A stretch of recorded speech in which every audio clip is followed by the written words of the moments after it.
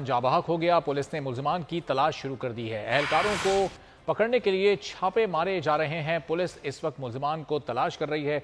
मजीद जानेंगे बोल न्यूज़ के नुमाइंदे नदीम अहमद से। नदीम, बताइएगा कैसे पेश आया वाकया? गुज़िश्ता शब मंगोपीर चुंगी के मकाम के ऊपर AVLC पुलिस टीम की जानिब से अंधाधुंध फायरिंग की गई, जिसके नतीजे में फायरिंग की जद में आके दुबई से कराची आया हुआ पाकिस्तानी शहरी जिसका नाम हाशिम बताया जाता है, फायरिंग की जद में आके जाँ बहक हो गया था। आज मकतूल के वर्सा की जानिब से एहतजाजी मुजाहरा किया गया। कलंदरिया चौक के ऊपर लाश के हमरा जो है वो मुश्तइल मुजाहिरीन जो है वो सड़क के ऊपर लाश रखकर एहतजाज कर रहे थे। इसी दौरान पुलिस के आला हुक्काम ने मकतूल के वर्सा से मुलाकात करी है और उन्हें मुल्जिमान की फौरी गिरफ्तारी के हवाले से यकीनदानी कराई गई है।